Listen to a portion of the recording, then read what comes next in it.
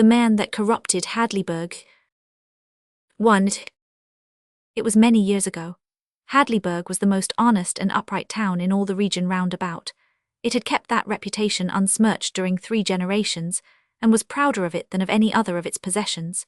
It was so proud of it, and so anxious to ensure its perpetuation, that it began to teach the principles of honest dealing to its babies in the cradle, and made the like teachings the staple of their culture thenceforward through all the years devoted to their education. Also, throughout the formative years, temptations were kept out of the way of the young people, so that their honesty could have every chance to harden and solidify, and become a part of their very bone. The neighbouring towns were jealous of this honourable supremacy, and affected to sneer at Hadleyburg's pride in it, and call it vanity. But all the same they were obliged to acknowledge that Hadleyburg was in reality an incorruptible town, and if pressed they would also acknowledge that the mere fact that a young man hailed from Hadleyburg was all the recommendation he needed when he went forth from his natal town to seek for responsible employment. But at last, in the drift of time, Hadleyburg had the ill luck to offend a passing stranger, possibly without knowing it, certainly without caring, for Hadleyburg was sufficient unto itself, and cared not a rap for strangers or their opinions. Still, it would have been well to make an exception in this one's case, for he was a bitter man and revengeful. All through his wanderings during a whole year, he kept his injury in mind, and gave all his leisure moments to trying to invent a compensating satisfaction for it. He contrived many plans, and all of them were good, but none of them was quite sweeping enough. The poorest of them would hurt a great many individuals, but what he wanted was a plan which would comprehend the entire town, and not let so much as one person escape unhurt. At last he had a fortunate idea, and when it fell into his brain it lit up his whole head with an evil joy. He began to form a plan at once, saying to himself, "That is the thing to do, I will corrupt the town." 6 months later he went to Hadleyburg, and arrived in a buggy at the house of the old cashier of the bank about 10 at night. He got a sack out of the buggy, shouldered it, and staggered with it through the cottage yard and knocked at the door. A woman's voice said, "Come in," and he entered, and set his sack behind the stove in the parlour, saying politely to the old lady who sat reading the Missionary Herald by the lamp, "Pray keep your seat, madam, I will not disturb you. There, now it is pretty well concealed, one would hardly know it was there. Can I see your husband a moment, madam?" "No, he was gone to Brixton, and might not return before morning." "Very well, madam, it is no matter. I merely wanted to leave that sack in his care to be delivered to the rightful owner when he shall be found. I am a stranger, he does not know me. I am merely passing through the town tonight to discharge a matter which has been long in my mind. My errand is now completed, and I go pleased and a little proud, and you will never see me again. There is a paper attached to the sack which will explain everything. Good night, madam." The old lady was afraid of the mysterious big stranger, and was glad to see him go, but her curiosity was roused, and she went straight to the sack and brought away the paper. It began as follows: "To be published, or the right man sought out by private inquiry, either will answer. This sack contains gold coin weighing 160 pounds 4 ounces. Mercy on us, and the door not locked." Mrs. Richards flew to it all in a tremble and locked it, then pulled down the window shades and stood frightened, worried, and wondering if there was anything else she could do toward making herself and the money more safe. She listened a while for burglars, then surrendered to curiosity, and went back to the lamp and finished reading the paper. "I am a foreigner and am presently going back to my own country, to remain there permanently. I am grateful to America for what I have received at her hands during my long stay under her flag, and to one of her citizens, a citizen of Hadleyburg, I am especially grateful for a great kindness done me a year or 2 ago. 2 great kindnesses, in fact. I will explain. I was a gambler. I was a ruined gambler. I arrived in this village at night, hungry and without a penny. I asked for help in the dark. I was ashamed to beg in the light. I begged of the right man. He gave me $20, that is to say, he gave me life as I considered it. He also gave me fortune, for out of that money I have made myself rich at the gaming table. And finally, a remark which he made to me has remained with me to this day, and has at last conquered me, and in conquering has saved the remnant of my morals. I shall gamble no more. Now I have no idea who that man was, but I want him found, and I want him to have this money to give away, throw away, or keep as he pleases. It is merely my way of testifying my gratitude to him. If I could stay, I would find him myself, but no matter, he will be found. This is an honest town, an incorruptible town, and I know I can trust it without fear. This man can be identified by the remark which he made to me. I feel persuaded that he will remember it. And now my plan is this: if you prefer to conduct the inquiry privately, do so. Tell the contents of this present writing to anyone who is likely to be the right man. If he shall answer, "I am the man, the remark I made was so-and-so," apply the test, to wit, open the sack, and in it you will find a sealed envelope containing that remark. If the remark mentioned by the candidate tallies with it, give him the money and ask no further questions, for he is certainly the right man.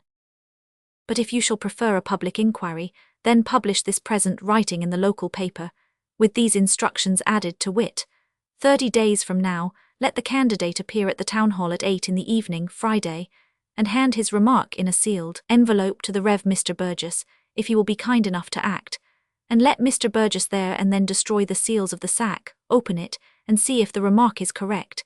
If correct, let the money be delivered, with my sincere gratitude, to my benefactor thus identified. Mrs. Richards sat down, gently quivering with excitement, and was soon lost in thinkings after this pattern.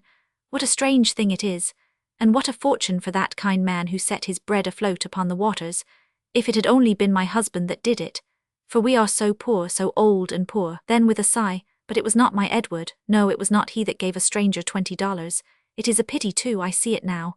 Then with a shudder, but it is gamblers' money, the wages of sin, we couldn't take it, we couldn't touch it, I don't like to be near it, it seems a defilement. She moved to a farther chair. I wish Edward would come and take it to the bank, a burglar might come at any moment, it is dreadful to be here all alone with it. At 11 Mr. Richards arrived, and while his wife was saying, "I am so glad you've come," he was saying, "I am so tired, clear out, it is dreadful to be poor and have to make these dismal journeys at my time of life. Always at the grind on a salary, another man's slave, and he sitting at home in his slippers, rich and comfortable. I am so sorry for you, Edward, you know that, but be comforted, we have our livelihood, we have our good name." "Yes, Mary, and that is everything. Don't mind my talk, it's just a moment's irritation and doesn't mean anything. Kiss me, there, it's all gone now and I am not complaining any more. What have you been getting? What's in the sack?" Then his wife told him the great secret. It dazed him for a moment, then he said, "It weighs 160 pounds. Why, Mary, it's $40,000, think of it, a whole fortune. Not 10 men in this village are worth that much. Give me the paper." He skimmed through it and said, "Isn't it an adventure? Why, it's a romance, it's like the impossible things one reads about in books and never sees in life." He was well stirred up now, cheerful, even gleeful. He tapped his old wife on the cheek and said humorously, "Why, we're rich, Mary, rich. All we've got to do is to bury the money and burn the papers. If the gambler ever comes to inquire, we'll merely look coldly upon him and say, 'What is this nonsense you are talking? We have never heard of you and your sack of gold before.' And then he would look foolish and in the meantime, while you are running on with your jokes, the money is still here, and it is fast getting along toward burglar time." "True, very well, what shall we do? Make the inquiry private?" "No, not that, it would spoil the romance. The public method is better. Think what a noise it will make. And it will make all the other towns jealous, for no stranger would trust such a thing to any town but Hadleyburg, and they know it. It's a great card for us. I must get to the printing office now, or I shall be too late." "But stop, don't leave me here alone with it, Edward." But he was gone. For only a little while, however. Not far from his own house he met the editor, proprietor of the paper, and gave him the document and said, "Here is a good thing for you, Cox, put it in." "It may be too late, Mr. Richards, but I'll see." At home again, he and his wife sat down to talk the charming mystery over. They were in no condition for sleep. The first question was, who could the citizen have been who gave the stranger the $20? It seemed a simple one. Both answered it in the same breath. "Barclay Goodson." "Yes," said Richards, "he could have done it and it would have been like him, but there's not another in the town." "Everybody will grant that, Edward, grant it privately anyway. For 6 months now the village has been its own proper self once more, honest, narrow, self-righteous and stingy. It is what he always called it to the day of his death, said it right out publicly too." "Yes, and he was hated for it." "Oh, of course, but he didn't care. I reckon he was the best hated man among us except the Reverend Burgess." "Well, Burgess deserves it. He will never get another congregation here. Mean as the town is, it knows how to estimate him. Edward, doesn't it seem odd that the stranger should appoint Burgess to deliver the money?" "Well, yes, it does, that is.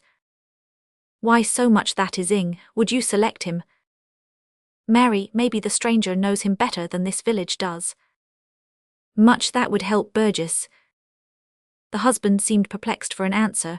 The wife kept a steady eye upon him and waited. Finally Richard said, with the hesitancy of one who is making a statement which is likely to encounter doubt. Mary, Burgess is not a bad man. His wife was certainly surprised. Nonsense, she exclaimed. He is not a bad man, I know. The whole of his unpopularity had its foundation in that one thing, the thing that made so much noise. That one thing, indeed, as if that one thing wasn't enough all by itself. Plenty, only he wasn't guilty of it. How you talk, not guilty of it, everybody knows he was guilty. Mary, I give you my word, he was innocent. I can't believe it and I don't, how do you know? It is a confession, I am ashamed but I will make it. I was the only man who knew he was innocent. I could have saved him and well, you know how the town was wrought up, I hadn't the pluck to do it. It would have turned everybody against me. I felt mean, ever so mean, but I didn't dare, I hadn't the manliness to face that. Mary looked troubled and for a while was silent, then she said stammeringly, I don't think it would have done for you to one mustn't, public opinion, one has to be so careful, so, it was a difficult road and she got mired, but after a little she got started again. It was a great pity but, why we couldn't afford it, Edward, we couldn't indeed. Oh, I wouldn't have had you do it for anything. It would have lost us the goodwill of so many people, Mary, and then. What troubles me now is, what he thinks of us, Edward. He doesn't suspect that I could have saved him. Oh, exclaimed the wife in a tone of relief, I am glad of that. As long as he doesn't know that you could have saved him, well, that makes it a great deal better. Why, I might have known he didn't know because he is always trying to be friendly with us, as little encouragement as we give him. More than once people have twitted me with it. There's the Wilsons and the Wilcoxes and the Harknesses, they take a mean pleasure in saying your friend Burgess, because they know it pesters me. I wish he wouldn't persist in liking us so, I can't think why he keeps it up.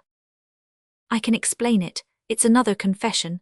When the thing was new and hot, and the town made a plan to ride him on a rail, my conscience hurt me so that I couldn't stand it, and I went privately and gave him notice, and he got out of the town and stayed out till it was safe to come back. Edward, if the town had found it out. It scares me yet to think of it. I repented of it the minute it was done, and I was even afraid to tell you lest your face might betray it to somebody. I didn't sleep any that night for worrying, but after a few days I saw that no one was going to suspect me, and after that I got to feeling glad I did it. And I feel glad yet, Mary, glad through and through. So do I now, for it would have been a dreadful way to treat him. Yes, I'm glad, for really you did owe him that, you know. But Edward, suppose it should come out yet some day. It won't. Why? Because everybody thinks it was Goodson. Of course they would. Certainly, and of course he didn't care. They persuaded poor old Salisbury to go and charge it on him, and he went blustering over there and did it. Goodson looked him over like as if he was hunting for a place on him that he could despise the most. Then he says, so you are the committee of inquiry, are you? Salisbury said that was about what he was. Do they require particulars, or do you reckon a kind of a general answer will do? If they require particulars, I will come back, Mr. Goodson. I will take the general answer first. Very well then, tell them to go to hell. I reckon that's general enough. And I'll give you some advice, Salisbury. When you come back for the particulars, fetch a basket to carry what is left of yourself home in. Just like Goodson, it's got all the marks. He had only one vanity, he thought he could give advice better than any other person. It settled the business and saved us, Mary. The subject was dropped. Bless you, I'm not doubting that. Then they took up the gold sack mystery again with strong interest. Soon the conversation began to suffer breaks, interruptions caused by absorbed thinkings. The breaks grew more and more frequent. At last Richards lost himself wholly in thought. He sat long, gazing vacantly at the floor, and by he began to punctuate his thoughts with little nervous movements of his hands that seemed to indicate vexation. Meantime his wife too had relapsed into a thoughtful silence, and her movements were beginning to show a troubled discomfort. Finally Richards got up and strode aimlessly about the room, ploughing his hands through his hair, much as a somnambulist might do who was having a bad dream. Then he seemed to arrive at a definite purpose, and without a word he put on his hat and passed quickly out of the house. His wife sat brooding with a drawn face and did not seem to be aware that she was alone. Now and then she murmured, "Lead us not into tea, but we are so poor, lead us not into, who would be hurt by it, and no one would ever know, lead us." The voice died out in mumblings. After a little she glanced up and muttered in a half-frightened, half-glad way, "He is gone, but oh dear, he may be too late, too late. Maybe not, maybe there is still time." She rose and stood thinking, nervously clasping and unclasping her hands. A slight shudder shook her frame and she said out of a dry throat, "God forgive me, it's awful to think such things, but, Lord, how we are made, how strangely we are made." She turned the light low and slipped stealthily over and knelt down by the sack and felt of its ridgy sides with her hands and fondled them lovingly, and there was a gloating light in her poor old eyes. She fell into fits of absence and came half out of them at times to mutter, "If we had only waited. Oh, if we had only waited a little and not been in such a hurry." Meantime Cox had gone home from his office and told his wife all about the strange thing that had happened, and they had talked it over eagerly, and guessed that the late Goodson was the only man in the town who could have helped a suffering stranger with so noble a sum as $20. Then there was a pause, and the two became thoughtful and silent, and by nervous and fidgety. At last the wife said, as if to herself, "Nobody knows this secret but the Richardses, and us, nobody." The husband came out of his thinkings with a slight start, and gazed wistfully at his wife, whose face was become very pale. Then he hesitatingly rose and glanced furtively at his hat, then at his wife, a sort of mute inquiry. "Mrs." Cox swallowed once or twice with her hand at her throat, then in place of speech she nodded her head.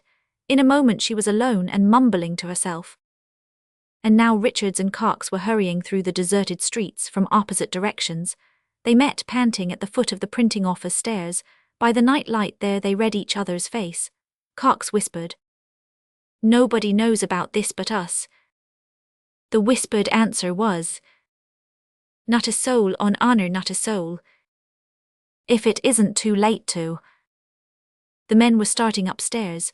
At this moment they were overtaken by a boy, and Cox asked, "Is that you, Johnny?"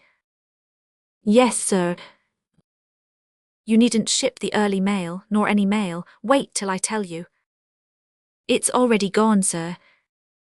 "Gone?" It had the sound of an unspeakable disappointment in it.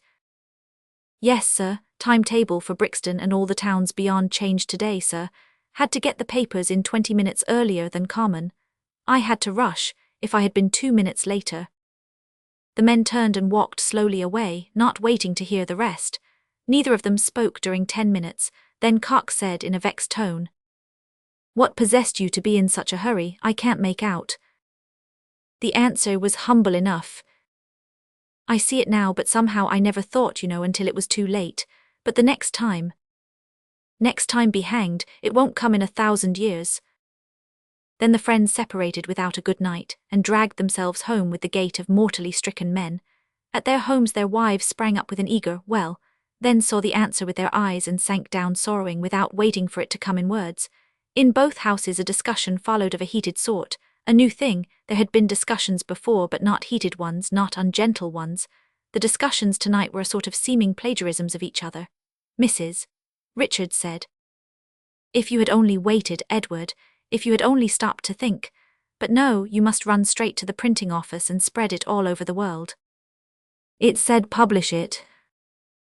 "That is nothing, it also said do it privately if you liked. There now, is that true or not?" "Why, yes, it is true. But when I thought what a stir it would make, and what a compliment it was to Hadleyburg that a stranger should trust it so." "Oh, certainly, I know all that. But if you had only stopped to think, you would have seen that you couldn't find the right man, because he is in his grave, and hasn't left chick nor child nor relation behind him. And as long as the money went to somebody that awfully needed it, and nobody would be hurt by it, and... She broke down, crying. Her husband tried to think of some comforting thing to say, and presently came out with this.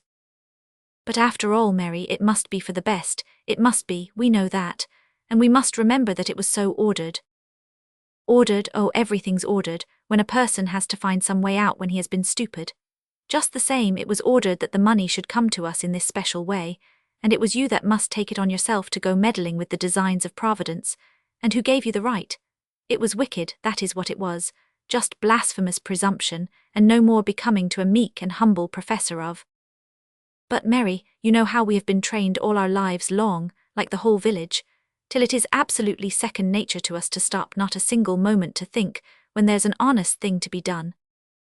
Oh, I know it, it's been one everlasting training and training and training in honesty. Honesty shielded from the very cradle against every possible temptation, and so it's artificial honesty, and weak as water when temptation comes, as we have seen this night. God knows I never had shade nor shadow of a doubt of my petrified and indestructible honesty, until now, and now, under the very first big and real temptation, Edward, it is my belief that this town's honesty is as rotten as mine is. As rotten as yours. It is a mean town, a hard, stingy town, and hasn't a virtue in the world but this honesty it is so celebrated for and so conceited about. And so help me, I do believe that if ever the day comes that its honesty falls under great temptation, its grand reputation will go to ruin like a house of cards. There now, I've made confession and I feel better. I am a humbug, and I've been one all my life without knowing it. Let no man call me honest again, I will not have it. Well, Mary, I feel a good deal as you do, I certainly do. It seems strange too, so strange. I never could have believed it, never. A long silence followed, both were sunk in thought. At last the wife looked up and said, I know what you are thinking, Edward. Richards had the embarrassed look of a person who is caught. I am ashamed to confess it, Mary, but… It's no matter, Edward, I was thinking the same question myself. I hope so, state it. You were thinking, if a body could only guess out what the remark was that Goodson made to the stranger. It's perfectly true, I feel guilty and ashamed, and you. I'm past it, let us make a pallet here. We've got to stand watch till the bank vault opens in the morning and admits the sack. Oh dear, if we hadn't made the mistake. The pallet was made, and Mary said, The open sesame, what could it have been? I do wonder what that remark could have been, but come, we will get to bed now. And sleep. No, think. Yes, think. By this time the Coxes too had completed their spat and their reconciliation, and were turning in, to think and toss and fret, and worry over what the remark could possibly have been which Goodson made to the stranded derelict. That golden remark. That remark worth $40,000 cash. The reason that the village telegraph office was open later than usual that night was this. The foreman of Cox's paper was the local representative of the Associated Press. One might say its honorary representative, for it wasn't 4 times a year that he could furnish 30 words that would be accepted. But this time it was different. His dispatch stating what he had caught got an instant answer. Send the whole thing, all the details, 1,200 words. A colossal order. The foreman filled the bill, and he was the proudest man in the state. By breakfast time the next morning the name of Hadleyburg the Incorruptible was on every lip in America, from Montreal to the Gulf, from the glaciers of Alaska to the orange groves of Florida, and millions of people were discussing the stranger and his money sack, and wondering if the right man would be found, and hoping some more news about the matter would come soon, right away. Chapter 2. Hadleyburg village woke up world-celebrated, astonished, happy, vain beyond imagination. Its 19 principal citizens and their wives went about shaking hands with each other, and beaming and smiling and congratulating, and saying this thing adds a new word to the dictionary, Hadleyburg, synonym for incorruptible, destined to live in dictionaries forever. And the minor and unimportant citizens and their wives went around acting in much the same way. Everybody ran to the bank to see the gold sack.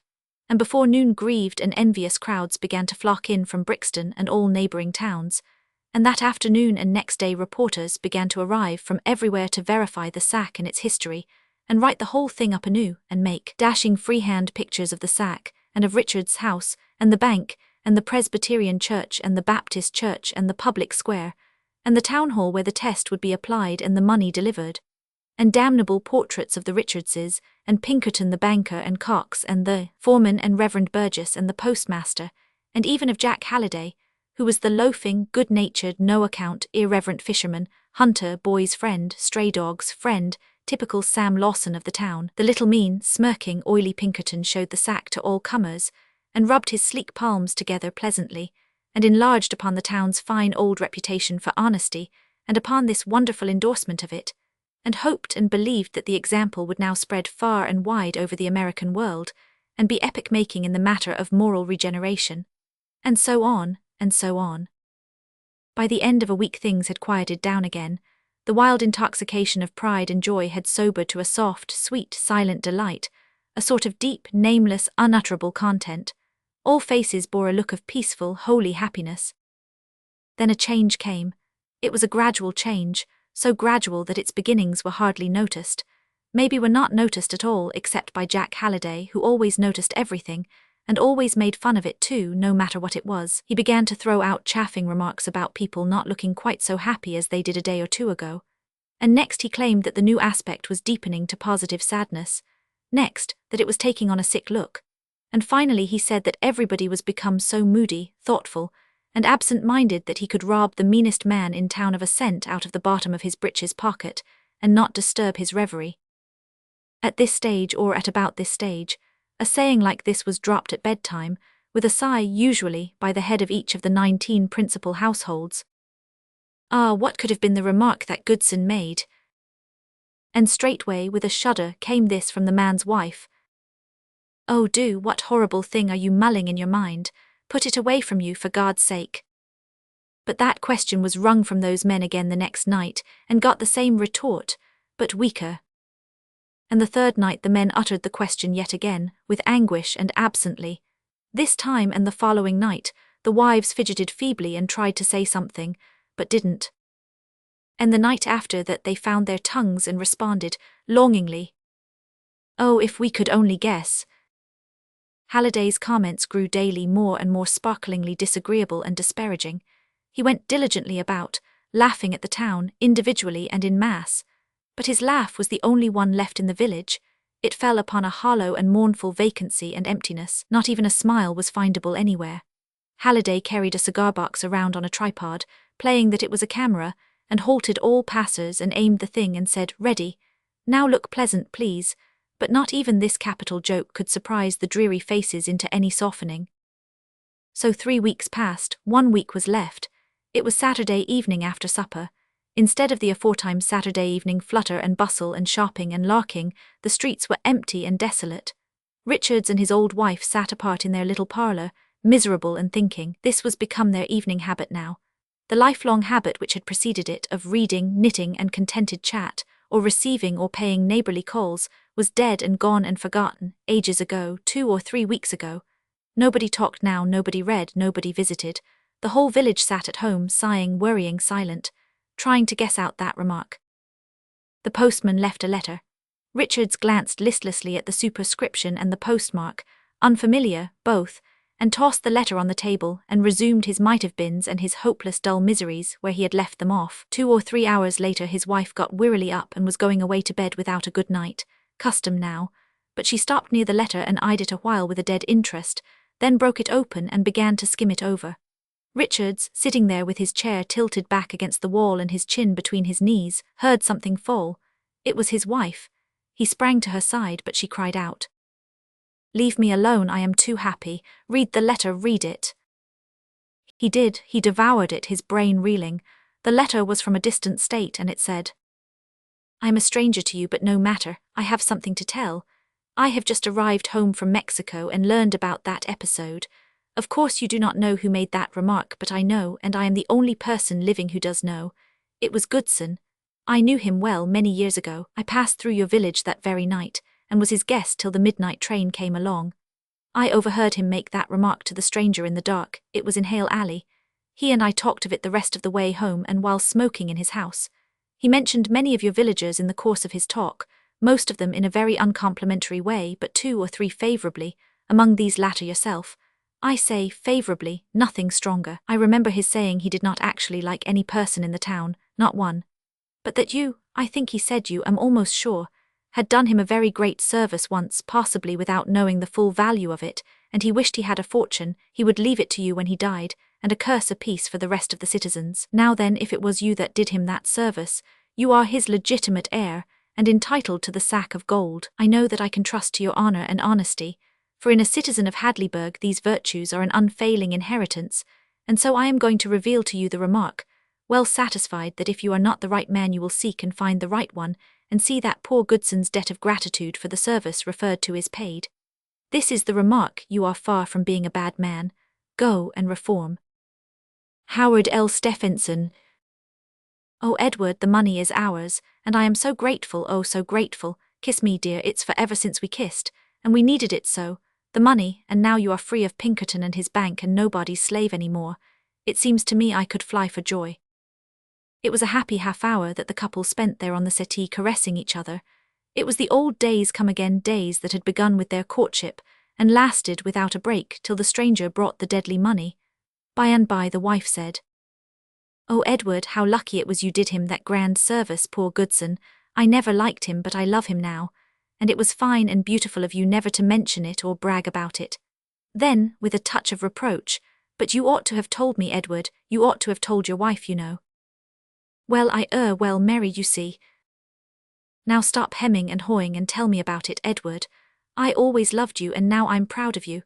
Everybody believes there was only one good generous soul in this village, and now it turns out that you, Edward, why don't you tell me? Well, why, Mary, I can't. You can't, why can't you? You see, he made me promise I wouldn't.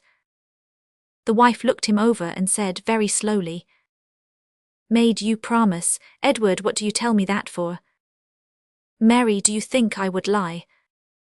She was troubled and silent for a moment, then she laid her hand within his and said, No, we have wandered far enough from our bearings, God spare us that. In all your life you have never uttered a lie. But now that the foundations of things seem to be crumbling from under us, she lost her voice for a moment, then said brokenly, "Lead us not into temptation. I think you made the promise, Edward. Let it rest so, let us keep away from that ground. Now that is all gone by, let us be happy again, it is no time for clouds." Edward found it something of an effort to comply, for his mind kept wandering, trying to remember what the service was that he had done Goodson. The couple lay awake the most of the night, Mary happy and busy, Edward busy but not so happy. Mary was planning what she would do with the money. Edward was trying to recall that service. At first his conscience was sore on account of the lie he had told Mary. If it was a lie, after much reflection, suppose it was a lie, what then? Was it such a great matter? Aren't we always acting lies? Then why not tell them? Look at Mary, look what she had done. While he was hurrying off on his honest errand, what was she doing? Lamenting because the papers hadn't been destroyed and the money kept. Is theft better than lying? That point lost its sting, the lie dropped into the background and left comfort behind it. The next point came to the front: had he rendered that service? Well, here was Goodson's own evidence as reported in Stephenson's letter. There could be no better evidence than that. It was even proof that he had rendered it. Of course, so that point was settled. No, not quite. He recalled with a wince that this unknown Mr. Stephenson was just a trifle unsure as to whether the performer of it was Richards or some other, and oh dear, he had put Richards on his honour. He must himself decide whither that money must go, and Mr. Stephenson was not doubting that if he was the wrong man he would go honourably and find the right one. Oh, it was odious to put a man in such a situation. Ah, why couldn't Stephenson have left out that doubt? What did he want to intrude that for? Further reflection. How did it happen that Richard's name remained in Stephenson's mind as indicating the right man, and not some other man's name? That looked good. Yes, that looked very good. In fact, it went on looking better and better, straight along, until by and by it grew into positive proof. And then Richards put the matter at once out of his mind, for he had a private instinct that a proof once established is better left so. He was feeling reasonably comfortable now, but there was still one other detail that kept pushing itself on his notice. Of course he had done that service, that was settled. But what was that service? He must recall it. He would not go to sleep till he had recalled it. It would make his peace of mind perfect. And so he thought and thought. He thought of a dozen things, possible services, even probable services, but none of them seemed adequate, none of them seemed large enough, none of them seemed worth the money, worth the fortune Goodson had wished he could leave in his will, and besides he couldn't remember having done them anyway. Now then, what kind of a service would it be that would make a man so inordinately grateful? Ah, the saving of his soul, that must be it. Yes, he could remember now how he once set himself the task of converting Goodson, and laboured at it as much as, he was going to say 3 months. But upon closer examination it shrunk to a month, then to a week, then to a day, then to nothing. Yes, he remembered now, and with unwelcome vividness, that Goodson had told him to go to Thunder and mind his own business. He wasn't hankering to follow Hadleyburg to heaven. So that solution was a failure. He hadn't saved Goodson's soul. Richards was discouraged. Then after a little came another idea. Had he saved Goodson's property? No, that wouldn't do. He hadn't any. His life, that is it, of course. Why, he might have thought of it before. This time he was on the right track, sure. His imagination mill was hard at work in a minute now. Thereafter, during a stretch of 2 exhausting hours, he was busy saving Goodson's life. He saved it in all kinds of difficult and perilous ways. In every case he got it saved satisfactorily up to a certain point. Then, just as he was beginning to get well persuaded that it had really happened, a troublesome detail would turn up which made the whole thing impossible. As in the matter of drowning, for instance. In that case he had swum out and tugged Goodson ashore in an unconscious state with a great crowd looking on and applauding. But when he had got it all thought out, and was just beginning to remember all about it, a whole swarm of disqualifying details arrived on the ground. The town would have known of the circumstance, Mary would have known of it, it would glare like a limelight in his own memory, instead of being an inconspicuous service which he had possibly rendered, without knowing its full value. And at this point he remembered that he couldn't swim anyway. There was a point which he had been overlooking from the start. It had to be a service which he had rendered possibly without knowing the full value of it. Why, really, that ought to be an easy hunt, much easier than those others. And sure enough, by and by he found it. Goodson, years and years ago, came near marrying a very sweet and pretty girl named Nancy Hewitt, but in some way or other the match had been broken off. The girl died, Goodson remained a bachelor, and by became a soured one and a frank despiser of the human species. Soon after the girl's death the village found out, or thought it had found out, that she carried a spoonful of Negro blood in her veins. Richards worked at these details a good while, and in the end he thought he remembered things concerning them, which must have gotten mislaid in his memory through long neglect. He seemed to dimly remember that it was he that found out about the Negro blood, that it was he that told the village, that the village told Goodson where they got it, that he thus saved Goodson from marrying the tainted girl, that he had done him this great service without knowing the full value of it, in fact without knowing that he was doing it, but that Goodson knew the value of it, and what a narrow escape he had had, and so went to his grave grateful to his benefactor and wishing he had a fortune to leave him. It was all clear and simple now, and the more he went over it the more luminous and certain it grew, and at last when he nestled to sleep satisfied and happy, he remembered the whole thing just as if it had been yesterday. In fact, he dimly remembered Goodson's telling him his gratitude once. Meantime Mary had spent $6,000 on a new house for herself and a pair of slippers for her pastor, and then had fallen peacefully to rest. That same Saturday evening the postman had delivered a letter to each of the other principal citizens, 19 letters in all. No 2 of the envelopes were alike, and no 2 of the superscriptions were in the same hand, but the letters inside were just like each other in every detail but one. They were exact copies of the letter received by Richards, handwriting and all, and were all signed by Stephenson, but in place of Richards' name each receiver's own name appeared. All night long 18 principal citizens did what their caste brother Richards was doing at the same time. They put in their energies trying to remember what notable service it was that they had unconsciously done Barclay Goodson. In no case was it a holiday job, still they succeeded. And while they were at this work, which was difficult, their wives put in the night spending the money, which was easy. During that one night the 19 wives spent an average of $7,000 each out of the 40,000 in the sack, 133,000 altogether. Next day there was a surprise for Jack Halliday. He noticed that the faces of the 19 chief citizens and their wives bore that expression of peaceful and holy happiness again. He could not understand it, neither was he able to invent any remarks about it that could damage it or disturb it, and so it was his turn to be dissatisfied with life. His private guesses at the reasons for the happiness failed in all instances, upon examination. When he met Mrs. Wilcox and noticed the placid ecstasy in her face, he said to himself, "Her cat has had kittens," and went and asked the cook.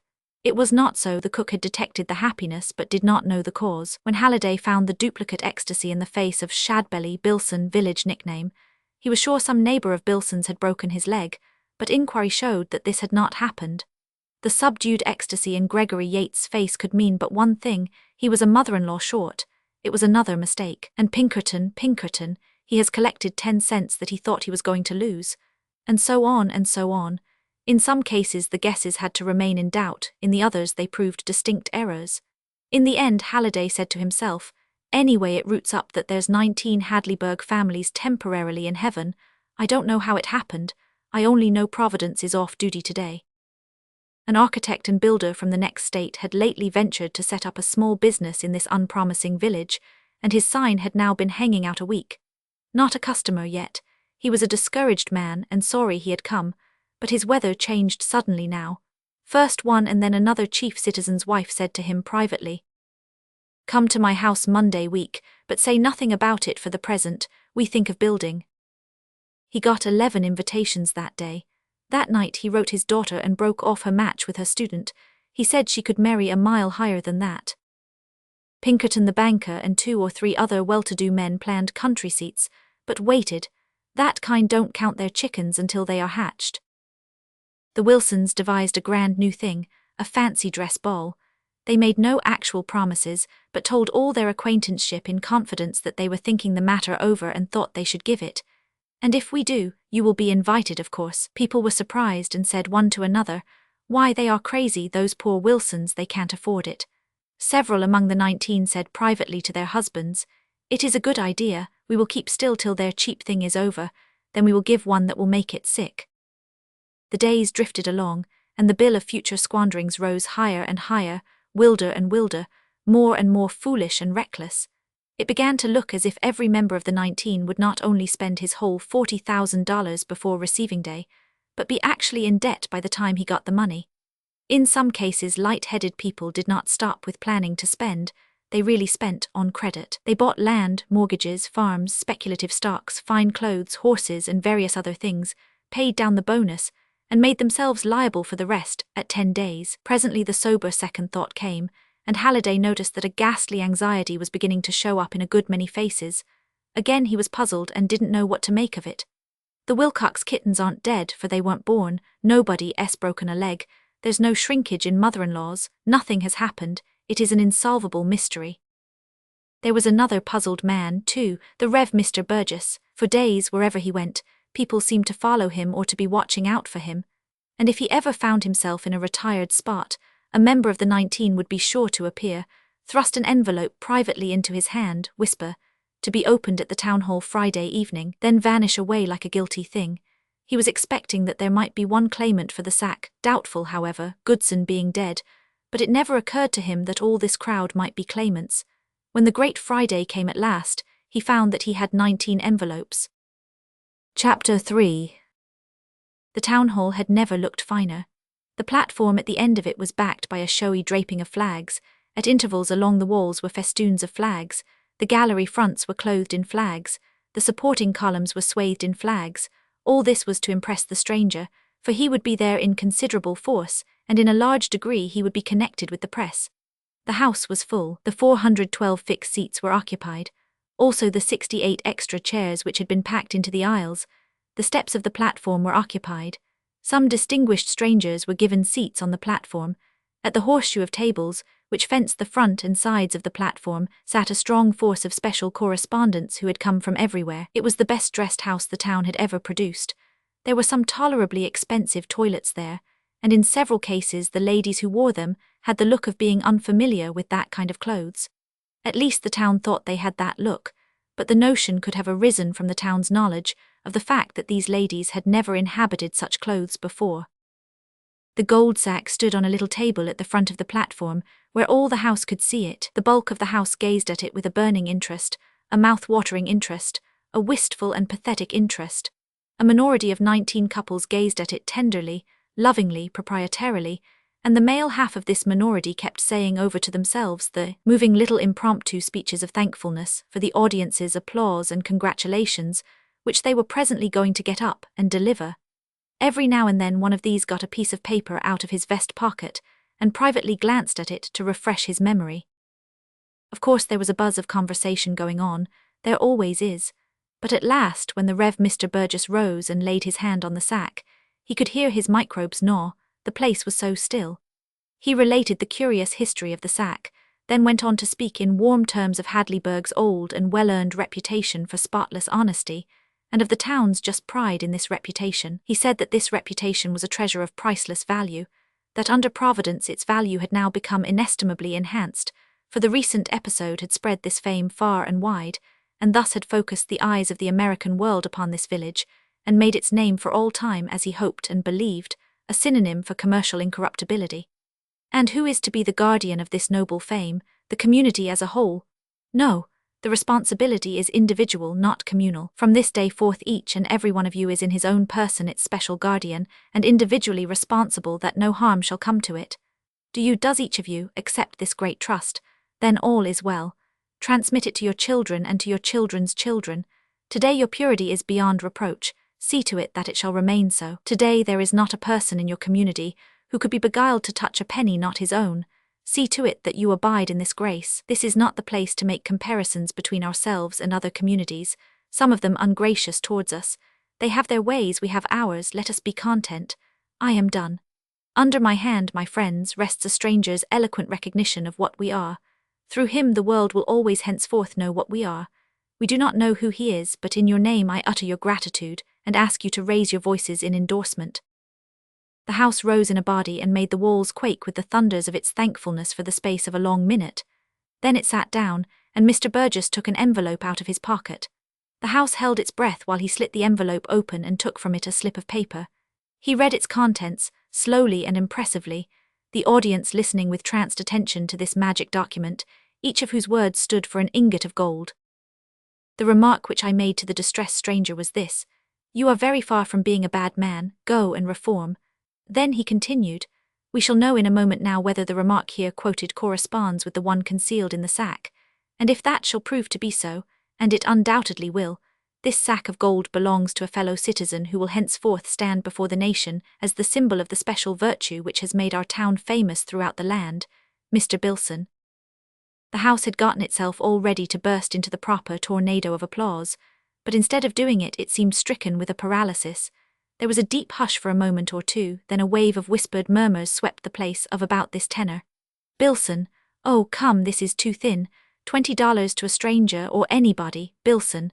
Tell it to the Marines." And now at this point, the house caught its breath all of a sudden in a new access of astonishment, for it discovered that whereas in one part of the hall Deacon Bilson was standing up with his head meekly bowed, in another part of it Lawyer Wilson was doing the same. There was a wondering silence now for a while. Everybody was puzzled, and 19 couples were surprised and indignant. Bilson and Wilson turned and stared at each other. Bilson asked bitingly, "Why do you rise, Mr. Wilson?" "Because I have a right to. Perhaps you will be good enough to explain to the house why you rise." "With great pleasure, because I wrote that paper." "It is an impudent falsity. I wrote it myself." It was Burgess's turn to be paralyzed. He stood looking vacantly at first one of the men and then the other, and did not seem to know what to do. The house was stupefied. Lawyer Wilson spoke up now and said, "I ask the chair to read the name signed to that paper." That brought the chair to itself, and it read out the name. "John Wharton Bilson." "There," shouted Bilson, "what have you got to say for yourself now? And what kind of apology are you going to make to me and to this insulted house for the imposture which you have attempted to play here?" "No apologies are due, sir. And as for the rest of it, I publicly charge you with pilfering my note from Mr. Burgess and substituting a copy of it signed with your own name. There is no other way by which you could have gotten hold of the test remark. I alone, of living men, possess the secret of its wording." There was likely to be a scandalous state of things if this went on. Everybody noticed with distress that the shorthand scribes were scribbling like mad. Many people were crying, "Chair, chair, order, order." Burgess rapped with his gavel and said, "Let us not forget the proprieties due. There has evidently been a mistake somewhere, but surely that is all. If Mr. Wilson gave me an envelope, and I remember now that he did, I still have it." He took one out of his pocket, opened it, glanced at it, looked surprised and worried and stood silent a few moments. Then he waved his hand in a wandering and mechanical way and made an effort or two to say something, then gave it up despondently. Several voices cried out, read it, what is it?" So he began, in a dazed and sleepwalker fashion. "The remark which I made to the unhappy stranger was this: you are far from being a bad man." The house gazed at him marveling. "Go and reform." Murmurs, "Amazing, what can this mean?" "This one," said the chair, "is signed Thurlow G. Wilson." "There," cried Wilson, "I reckon that settles it. I knew perfectly well my note was purloined." "Purloined," retorted Bilson. "I'll let you know that neither you nor any man of your kidney must venture to." "The chair, order, gentlemen, order. Take your seats, both of you, please." They obeyed, shaking their heads and grumbling angrily. The house was profoundly puzzled. It did not know what to do with this curious emergency. Presently Thompson got up. Thompson was the hatter. He would have liked to be a 19er, but such was not for him. His stock of hats was not considerable enough for the position. He said, "Mr. Chairman, if I may be permitted to make a suggestion, can both of these gentlemen be right? I put it to you, sir, can both have happened to say the very same words to the stranger? It seems to me." The tanner got up and interrupted him. The tanner was a disgruntled man. He believed himself entitled to be a 19er, but he couldn't get recognition. It made him a little unpleasant in his ways and speech. Said he, "Sho, that's not the point. That could happen twice in 100 years, but not the other thing. Neither of them gave the $20. Bilson, I did. Wilson, I did. Then each accused the other of pilfering. The chair, order, sit down if you please, both of you.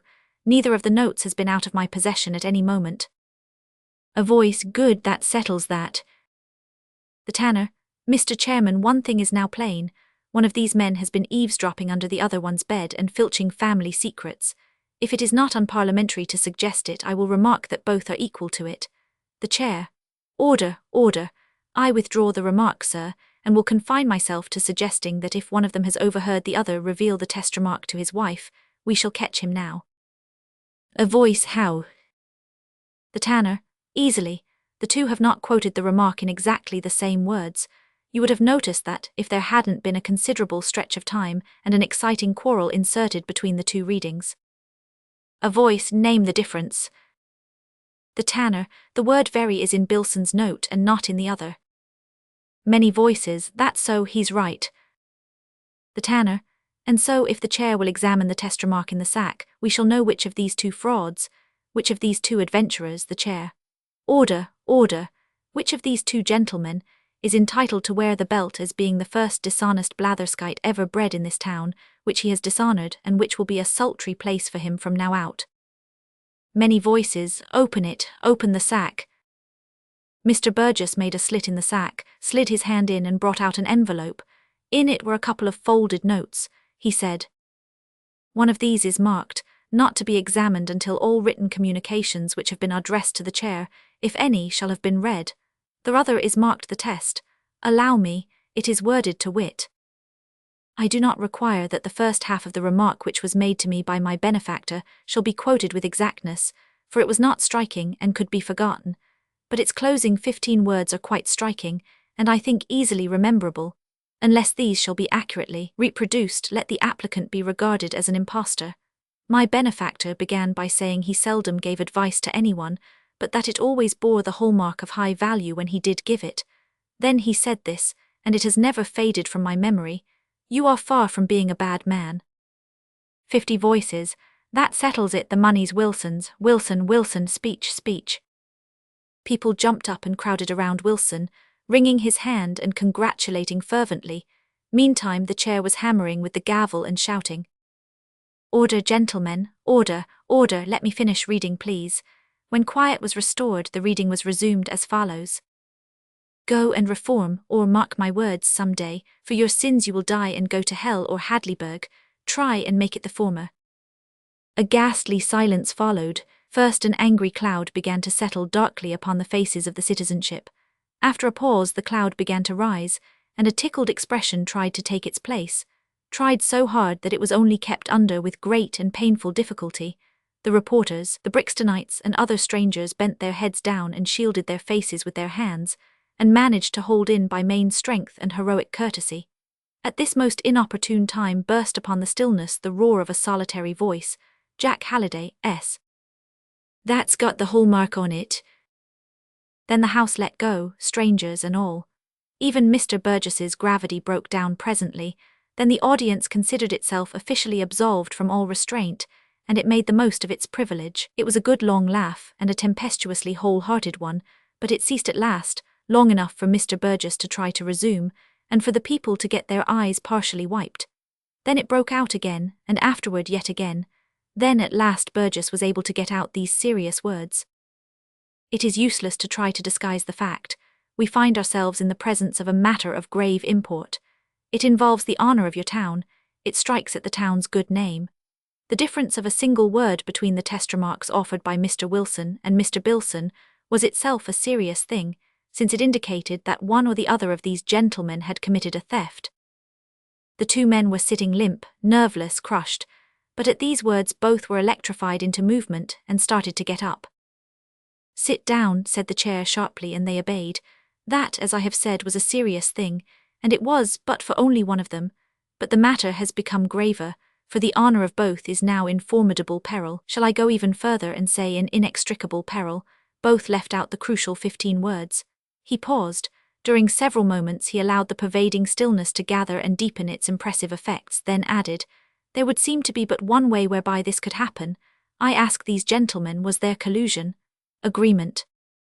A low murmur sifted through the house. Its import was, "He's got them both." Bilson was not used to emergencies. He sat in a helpless collapse, but Wilson was a lawyer. He struggled to his feet, pale and worried, and said, "I ask the indulgence of the House while I explain this most painful matter. I am sorry to say what I am about to say, since it must inflict irreparable injury upon Mr. Bilson, whom I have always esteemed and respected until now, and in whose invulnerability to temptation I entirely believed, as did you all. But for the preservation of my own honor I must speak, and with frankness. I confess with shame, and I now beseech your pardon for it, that I said to the ruined stranger all of the words contained in the test remark, including the disparaging 15. When the late publication was made I recalled them, and I resolved to claim the sack of coin, for by every right I was entitled to it. Now I will ask you to consider this point and weigh it well. That stranger's gratitude to me that night knew no bounds. He said himself that he could find no words for it that were adequate, and that if he should ever be able he would repay me 1,000-fold. Now then I ask you this, could I expect, could I believe, could I even remotely imagine that, feeling as he did, he would do so ungrateful a thing as to add those quite unnecessary 15 words to his test? Set a trap for me? Expose me as a slanderer of my own town before my own people assembled in a public hall? It was preposterous, it was impossible. His test would contain only the kindly opening clause of my remark. Of that I had no shadow of doubt. You would have thought as I did. You would not have expected a base betrayal from one whom you had befriended and against whom you had committed no offence. And so, with perfect confidence, perfect trust, I wrote on a piece of paper the opening words, ending with "Go and reform," and signed it. When I was about to put it in an envelope I was called into my back office, and without thinking I left the paper lying open on my desk. He stopped, turned his head slowly toward Bilson, waited a moment, then added, "I ask you to note this. When I returned a little later, Mr. Bilson was retiring by my street door." In a moment Bilson was on his feet and shouting, "It's a lie, it's an infamous lie." "The chair, be seated, sir. Mr. Wilson has the floor." Bilson's friends pulled him into his seat and quieted him, and Wilson went on. "Those are the simple facts. My note was now lying in a different place on the table from where I had left it. I noticed that but attached no importance to it, thinking a draught had blown it there. That Mr. Bilson would read a private paper was a thing which could not occur to me. He was an honourable man and he would be above that. If you will allow me to say it, I think his extra word, very, stands explained. It is attributable to a defect of memory. I was the only man in the world who could furnish here any detail of the test mark, by honourable means. I have finished. There is nothing in the world like a persuasive speech to fuddle the mental apparatus and upset the convictions and debauch the emotions of an audience not practiced in the tricks and delusions of oratory. Wilson sat down victorious. The house submerged him in tides of approving applause. Friends swarmed to him and shook him by the hand and congratulated him, and Bilson was shouted down and not allowed to say a word. The chair hammered and hammered with its gavel and kept shouting. "But let us proceed, gentlemen, let us proceed." At last there was a measurable degree of quiet, and the hatter said, "But what is there to proceed with, sir, but to deliver the money?" Voices, that's it, come forward, Wilson." The hatter, "I move 3 cheers for Mr. Wilson, symbol of the special virtue which—" The cheers burst forth before he could finish, and in the midst of them, and in the midst of the clamour of the gavel also, some enthusiasts mounted Wilson on a big friend's shoulder and were going to fetch him in triumph to the platform. The chair's voice now rose above the noise. "Order to your places, you forget that there is still a document to be read." When quiet had been restored, he took up the document and was going to read it, but laid it down again, saying, "I forgot. This is not to be read until all written communications received by me have first been read." He took an envelope out of his pocket, removed its enclosure, glanced at it, seemed astonished, held it out and gazed at it, stared at it. 20 or 30 voices cried out, "What is it? Read it, read it." And he did, slowly and wondering. The remark which I made to the stranger, voices, "Hello, how's this?" was this, "You are far from being a bad man, go and reform." Voice, "Oh, saw my leg off," signed by Mr. Pinkerton the banker. The pandemonium of delight which turned itself loose now was of a sort to make the judicious weep. Those whose withers were unwrung laughed till the tears ran down. The reporters, in throes of laughter, set down disordered pot-hooks which would never in the world be decipherable, and a sleeping dog jumped up scared out of its wits, and barked itself crazy at the turmoil. All manner of cries were scattered through the din. "We're getting rich, 2 symbols of incorruptibility. Without counting Bilson. 3, count Shadbelly and we can't have too many. All right, Bilson's elected. Alas, poor Wilson, victim of 2 thieves." A powerful voice, "Silence," the chair's fished up something more out of its pocket. Voices, "Hurrah, is it something fresh? Read it, read, read." The chair, "The remark which I made, etc. You are far from being a bad man. Go, etc. Signed, Gregory Yates." Tornado of voices, 4 symbols, Rafa Yates, fish again. The house was in a roaring humour now, and ready to get all the fun out of the occasion that might be in it. Several 19ers, looking pale and distressed, got up and began to work their way towards the aisles, but a score of shouts went up. The doors, close the doors, no incorruptible shall leave this place. Sit down, everybody." The mandate was obeyed. "Fish again, read, read." The chair fished again, and once more the familiar words began to fall from its lips. "You are far from being a bad man." Name, what's his name?" "L. Ingoldsby Sergeant." 5 elected, pile up the symbols, go on, go on." "You are far from being a bad." Name. "Nicholas Whitworth." "Hooray, hooray, it's a symbolical day." Somebody wailed in and began to sing this rhyme, leaving out its, to the lovely Mikado tune of "When a Man's Afraid of a Beautiful Maid." The audience joined in with joy. Then, just in time, somebody contributed another line. "And don't you this forget." The house roared it out. A 3rd line was at once furnished. "Corruptibles far from Hadleyburg are." The house roared that one too. As the last note died, Jack Halliday's voice rose high and clear, freighted with a final line. "But the symbols are here, you bet." That was sung, with booming enthusiasm. Then the happy house started in at the beginning and sang the 4 lines through twice, with immense swing and dash, and finished up with a crashing 3 times 3, and a tiger for Hadleyburg, the incorruptible and all symbols of it, which we shall find worthy to receive the hallmark tonight. Then the shoutings at the chair began again, all over the place. Go on, read some more, read all you've got." "That's it, go on, we are winning eternal celebrity." A dozen men got up now and began to protest. They said that this farce was the work of some abandoned joker, and was an insult to the whole community. Without a doubt, these signatures were all forgeries. Sit down, shut up, you're confessing, we'll find your names in the lot." "Mr. Chairman, how many of those envelopes have you got?" The chair counted. "Together with those that have been already examined, there are 19. A storm of derisive applause broke out. "Perhaps they all contain the secret.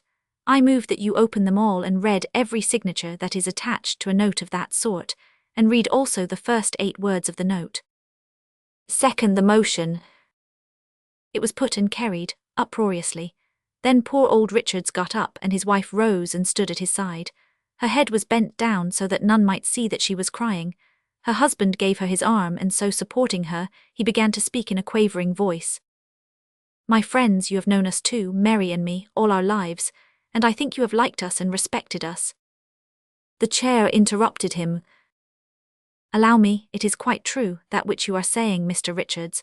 This town does know you too, it does like you, it does respect you, more, it honors you and loves you. Halliday's voice rang out. That's the hallmark truth too. If the chair is right, let the house speak up and say it. Rise now then, hip hip hip, all together. The house rose in mass, faced toward the old couple eagerly, filled the air with a snowstorm of waving handkerchiefs, and delivered the cheers with all its affectionate heart. The chair then continued. What I was going to say is this. We know your good heart, Mr. Richards, but this is not a time for the exercise of charity toward offenders. I see your generous purpose in your face, but I cannot allow you to plead for these men. But I was going to. Please take your seat, Mr. Richards. We must examine the rest of these notes. Simple fairness to the men who have already been exposed requires this. As soon as that has been done, I give you my word for this, you shall be heard. Many voices. Right, the chair is right, no interruption can be permitted at this stage. Go on, the names, according to the terms of the motion. The old couple sat reluctantly down, and the husband whispered to the wife, It is pitifully hard to have to wait. The shame will be greater than ever when they find we were only going to plead for ourselves. Straightway the jollity broke loose again with the reading of the names. You are far from being a bad man, signature, Robert J. Titmarsh. You are far from being a bad man, signature, Eliphalet Weeks. You are far from being a bad man, signature, Oscar B. Wilder. At this point the house lit upon the idea of taking the 8 words out of the chairman's hands. He was not unthankful for that. Thenceforward he held up each note in its turn and waited. The house droned out the 8 words in a massed and measured and musical deep volume of sound, with a daringly close resemblance to a well-known church chant, You are far from being a B.A.D. man. Then the chair said, Signature, Archibald Wilcox, and so on, name after name, and everybody had an increasingly and gloriously good time except the wretched 19. Now and then, when a particularly shining name was called, the house made the chair wait while it chanted the whole of the test remark from the beginning to the closing words, and go to hell or Hadleyburg, try and make it the Foremer. And in these special cases they added a grand and agonized and imposing, Amen. The list dwindled, poor old Richards keeping tally of the count, wincing when a name resembling his own was pronounced, and waiting in miserable suspense for the time to come when it would be his humiliating privilege to rise with Mary and finish his plea, which he was intending to word thus. For until now we have never done any wrong thing, but have gone our humble way unreproached. We are very poor, we are old, and have no chick nor child to help us. We were sorely tempted, and we fell. It was my purpose when I got up before to make confession and beg that my name might not be read out in this public place, for it seemed to us that we could not bear it, but I was prevented. It was just, it was our place to suffer with the rest. It has been hard for us. It is the first time we have ever heard our name fall from anyone's lips, sullied. Be merciful for the sake or the better days, make our shame as light to bear as in your charity you can. At this point in his reverie Mary nudged him, perceiving that his mind was absent. The house was chanting, You are F.R., etc. Be ready, Mary whispered. Your name comes now, he has read 18. The chant ended.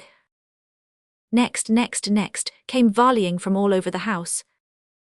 Burgess put his hand into his pocket. The old couple, trembling, began to rise. Burgess fumbled a moment, then said, I find I have read them all. Faint with joy and surprise, the couple sank into their seats and Mary whispered, Oh, bless God, we are saved. He has lost ours. I wouldn't give this for 100 of those sacks. The house burst out with its Mikado travesty, and sang it 3 times with ever-increasing enthusiasm, rising to its feet when it reached for the 3rd time the closing line. But the symbols are here, you bet. And finishing up with cheers and a tiger for Hadleyburg purity, and our 18 immortal representatives of it. Then Wingate the saddler got up and proposed cheers for the cleanest man in town, the one solitary important citizen in it who didn't try to steal that money, Edward Richards. They were given with great and moving heartiness. Then somebody proposed that Richards be elected sole guardian and symbol of the now sacred Hadleyburg tradition, with power and right to stand up and look the whole sarcastic world in the face. Passed by acclamation, then they sang the Mikado again and ended it with, And there's one symbol left, you bet. There was a pause then.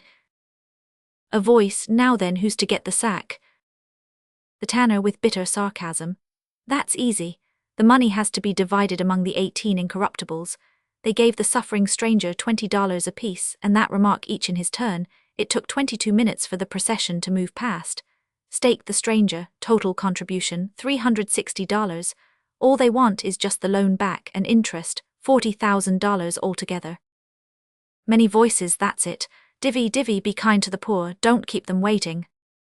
The chair, order. I now offer the stranger's remaining document. It says, if no claimant shall appear, I desire that you open the sack and count out the money to the principal citizens of your town, they to take it in trust, and use it in such ways as to them shall seem best for the propagation and preservation of your community's noble reputation for incorruptible honesty, a reputation to which their names and their efforts will add a new and far-reaching luster.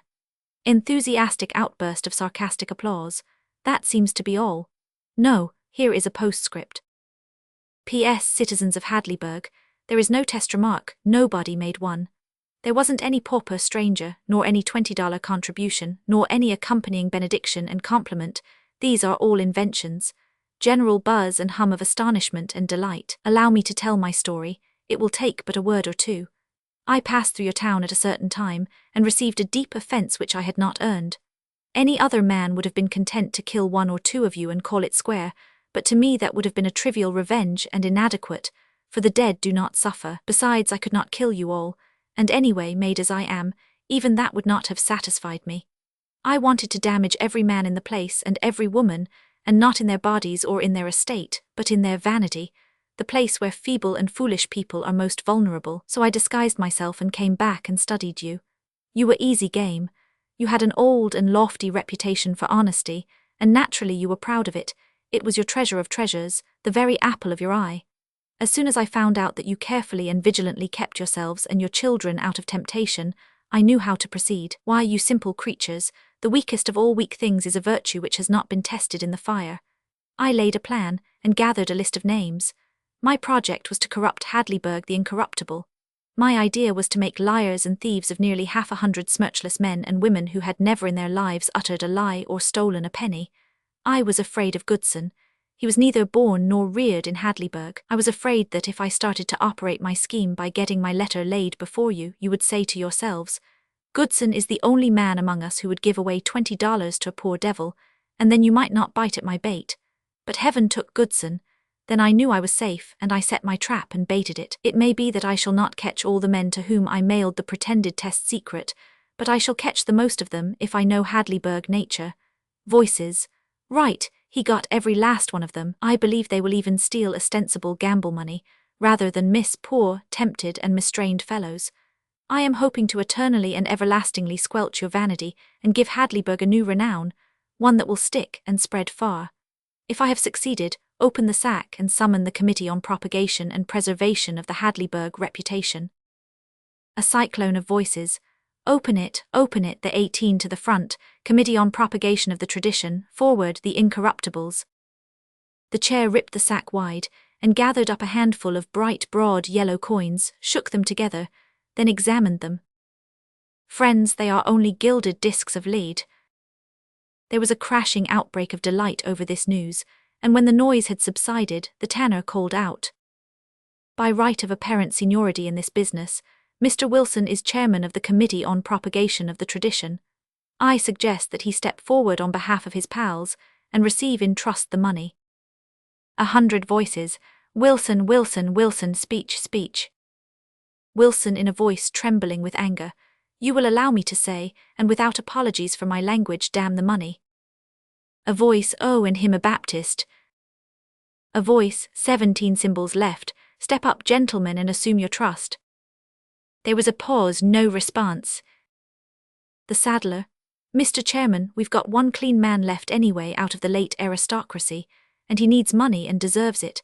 I move that you appoint Jack Halliday to get up there and auction off that sack of gilt $20 pieces, and give the result to the right man, the man whom Hadleyburg delights to honor, Edward Richards. This was received with great enthusiasm, the dog taking a hand again. The saddler started the bids at $1. The Brixton folk and Barnum's representative fought hard for it. The people cheered every jump that the bids made, the excitement climbed moment by moment higher and higher. The bidders got on their mettle and grew steadily more and more daring, more and more determined. The jumps went from $1 up to $5, then to $10, then to $20, then $50, then to $100, then. At the beginning of the auction, Richards whispered in distress to his wife, "Oh, Mary, can we allow it? You see, it is an honor, reward, a testimonial to purity of character, and can we allow it? Hadn't I better get up and, oh, Mary, what ought we to do? What do you think we?" Halliday's voice. "15 I'm bid. 15 for the sack. 20. Ah, thanks. 30 thanks again. 30, 30, 30. Do I hear 40? 40 it is. Keep the ball rolling, gentlemen, keep it rolling. 50. Thanks, noble Roman. Going at 50, 50, 50. 70, 90, splendid. 100, pile it up, 120, 40, just in time. 150, 200, superb. Do I hear 2h? Thanks. 250. It is another temptation, Edward, I'm all in a tremble, but oh, we've escaped one temptation, and that ought to warn us to. 6 did I hear? Thanks. 650, 6f, 700. And yet, Edward, when you think, nobody susp, $800. Hurrah, make it 9. Mr. Parsons, did I hear you say, thanks, 9, this noble sack of virgin lead going at only $900, gilding and all, come, do I hear 1,000, gratefully yours, did someone say 11, a sack which is going to be the most celebrated in the whole uni. Oh, Edward, beginning to sob, we are so poor, but do as you think best, do as you think best. Edward fell, that is, he sat still, sat with a conscience which was not satisfied but which was overpowered by circumstances. Meantime a stranger, who looked like an amateur detective gotten up as an impossible English earl, had been watching the evening's proceedings with manifest interest, and with a contented expression in his face, and he had been privately commenting to himself. He was now soliloquizing somewhat like this: "None of the 18 are bidding, that is not satisfactory. I must change that, the dramatic unities require it. They must buy the sack they tried to steal. They must pay a heavy price, too, some of them are rich. And another thing, when I make a mistake in Hadleyburg, nature, the man that puts that error upon me is entitled to a high honorarium, and someone must pay. This poor old Richards has brought my judgment to shame. He is an honest man. I don't understand it, but I acknowledge it. Yes, he saw my deuces, and with a straight flush, and by rights the pot is his. And it shall be a jackpot too if I can manage it. He disappointed me, but let that pass." He was watching the bidding. At 1,000 the market broke, the prices tumbled swiftly. He waited and still watched. One competitor dropped out, then another and another. He put in a bid or two now. When the bids had sunk to $10, he added a 5. Someone raised him a 3.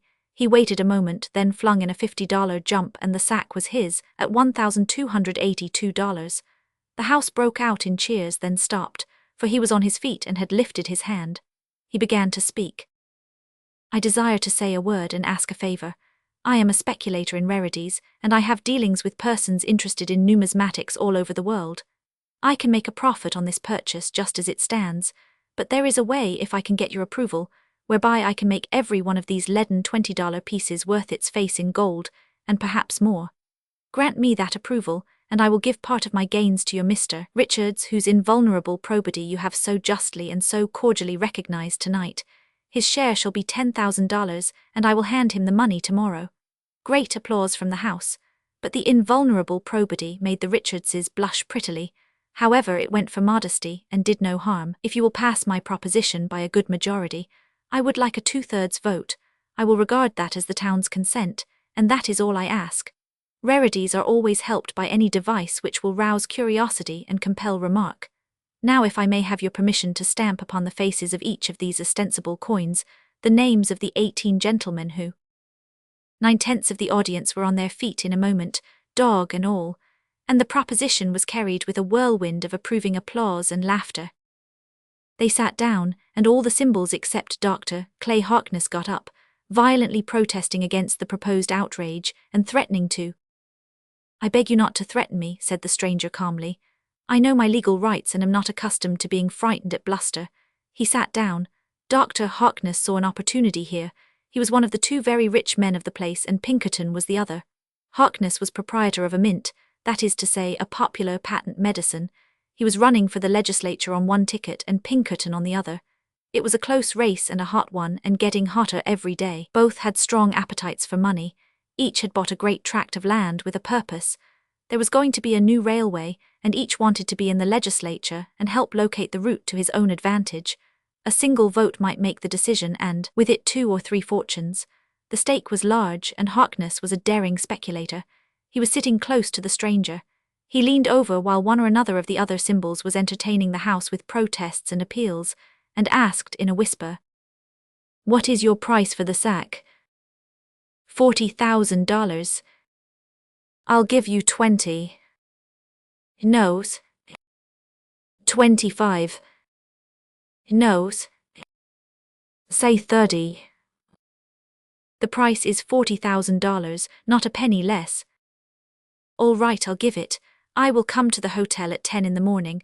I don't want it known, we'll see you privately. Very good. Then the stranger got up and said to the house, I find it late.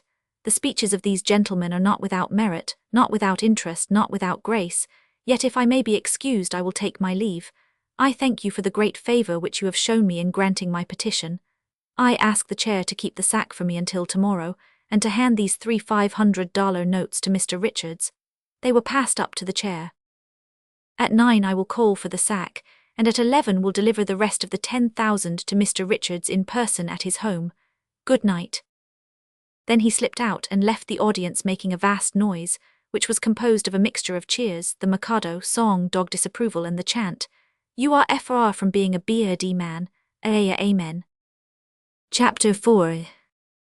At home the Richardses had to endure congratulations and compliments until midnight. Then they were left to themselves. They looked a little sad and they sat silent and thinking. Finally Mary sighed and said, Do you think we are to blame, Edward, much to blame? And her eyes wandered to the accusing triplet of big banknotes lying on the table, where the congratulators had been gloating over them and reverently fingering them. Edward did not answer at once. Then he brought out a sigh and said, hesitatingly, We couldn't help it, Mary. It was ordered, all things are. Mary glanced up and looked at him steadily, but he didn't return the look. Presently she said, I thought congratulations and praises always tasted good, but it seems to me now, Edward. Well, are you going to stay in the bank? No. Resigned. In the morning by note. It does seem best. Richards bowed his head in his hands and muttered, Before I was not afraid to let oceans of people's money pour through my hands, but, Mary, I am so tired, so tired. We will go to bed. At 9 in the morning the stranger called for the sack and took it to the hotel in a cab. At 10 Harkness had a talk with him privately. The stranger asked for and got 5 checks on a metropolitan bank, drawn to bearer, 4 for $1,500 each, and 1 for $34,000. He put one of the former in his pocketbook, and the remainder, representing $38,500, he put in an envelope, and with these he added a note which he wrote after Harkness was gone.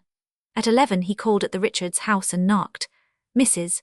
Richards peeped through the shutters, then went and received the envelope, and the stranger disappeared without a word.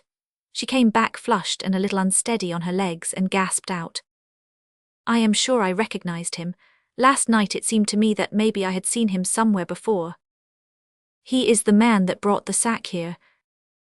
I am almost sure of it. Then he is the ostensible Stephenson too, and sold every important citizen in this town with his bogus secret.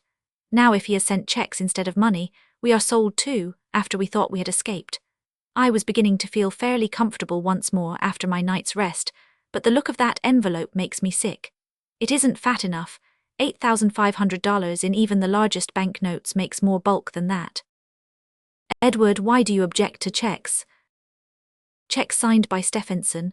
I am resigned to take the $8,500 if it could come in banknotes, for it does seem that it was so ordered, Mary, but I have never had much courage, and I have not the pluck to try to market a check signed with that disastrous name. It would be a trap. That man tried to catch me, we escaped somehow or other, and now he is trying a new way, if it is checks. Oh, Edward, it is too bad, and she held up the checks and began to cry.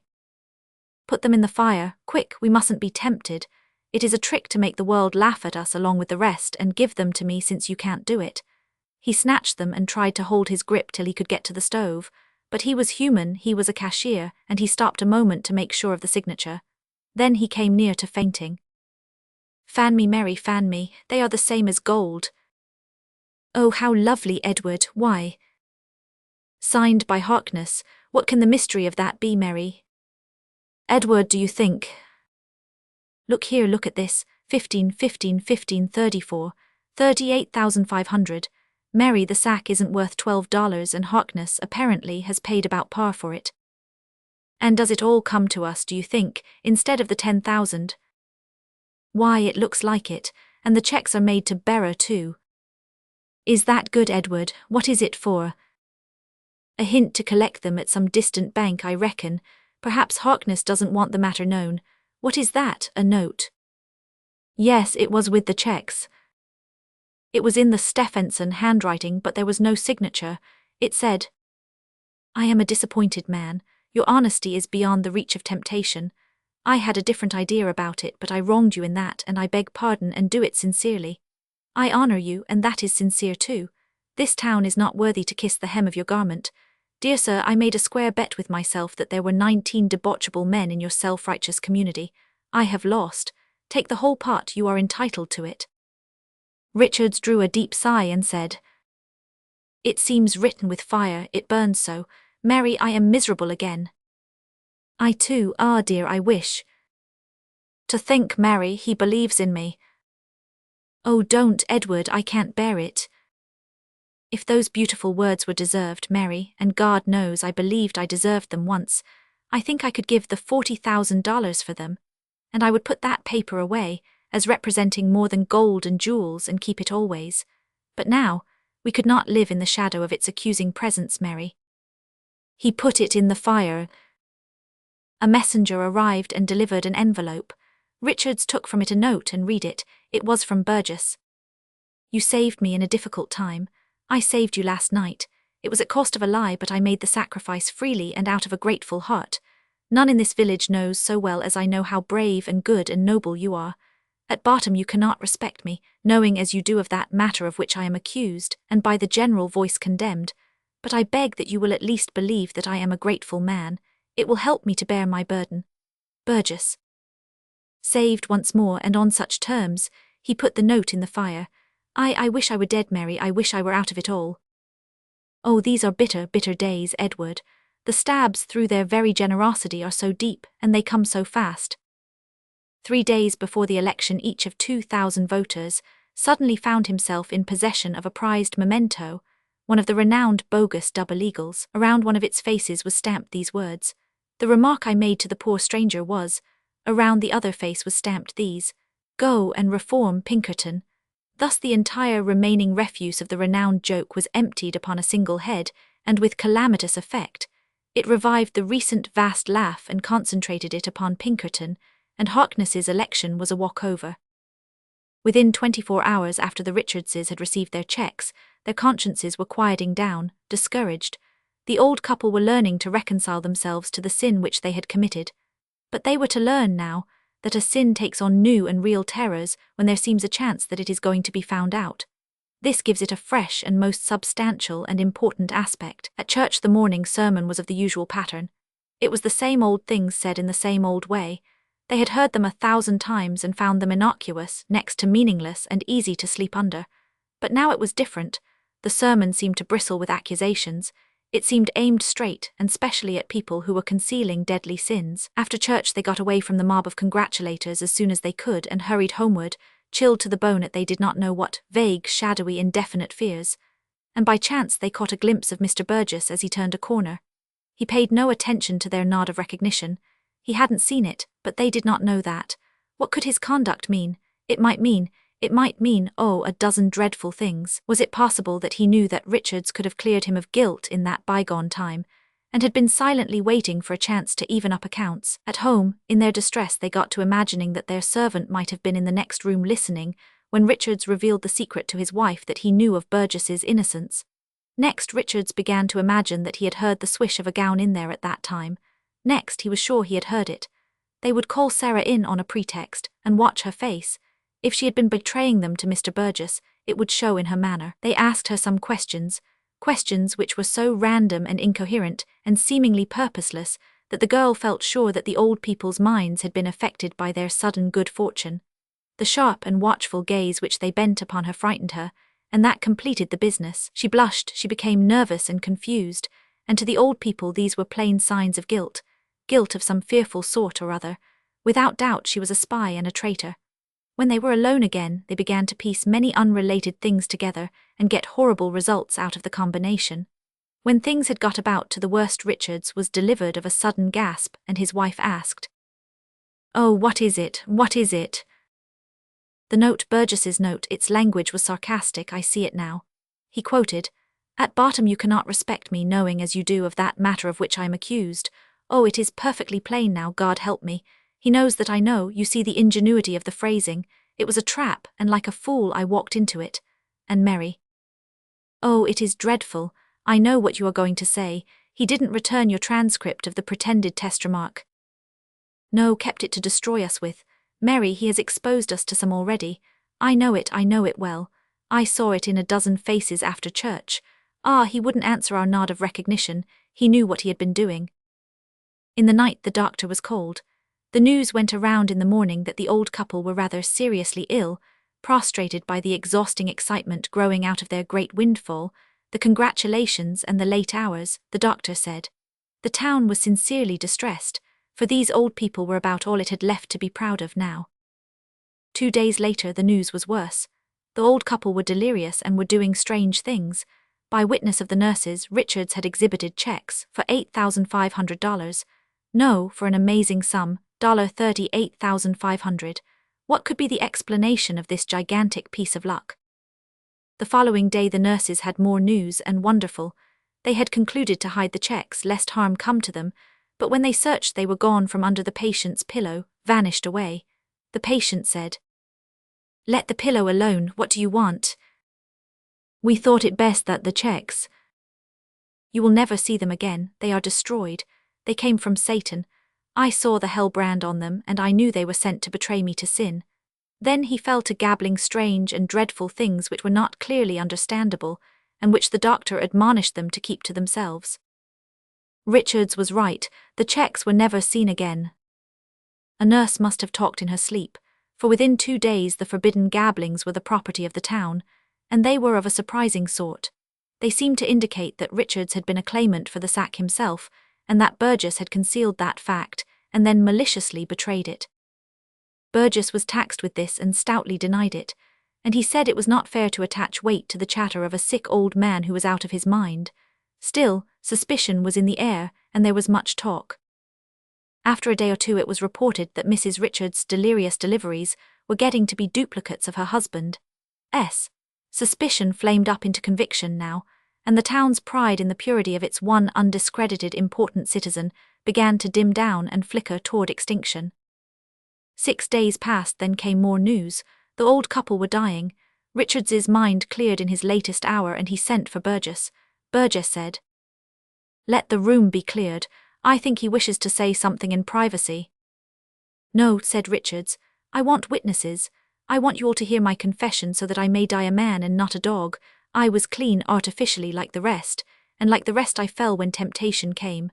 I signed a lie and claimed the miserable sack. Mr. Burgess remembered that I had done him a service, and in gratitude and ignorance, he suppressed my claim and saved me. You know the thing that was charged against Burgess years ago. My testimony and mine alone could have cleared him, and I was a coward and left him to suffer disgrace. No, Mr. Richards, my servant betrayed my secret to him. No one has betrayed anything to me." And then he did a natural and justifiable thing. He repented of the saving kindness which he had done me, and he exposed me, as I deserved. Never, I make oaths. Out of my heart I forgive him. Burgess's impassioned protestations fell upon deaf ears. The dying man passed away without knowing that once more he had done poor Burgess a wrong. The old wife died that night. The last of the sacred 19 had fallen a prey to the fiendish sack. The town was stripped of the last rag of its ancient glory. Its mourning was not showy, but it was deep. By act of the legislature, upon prayer and petition, Hadleyburg was allowed to change its name to never mind what. I will not give it away. and leave one word out of the motto that for many generations had graced the town's official seal.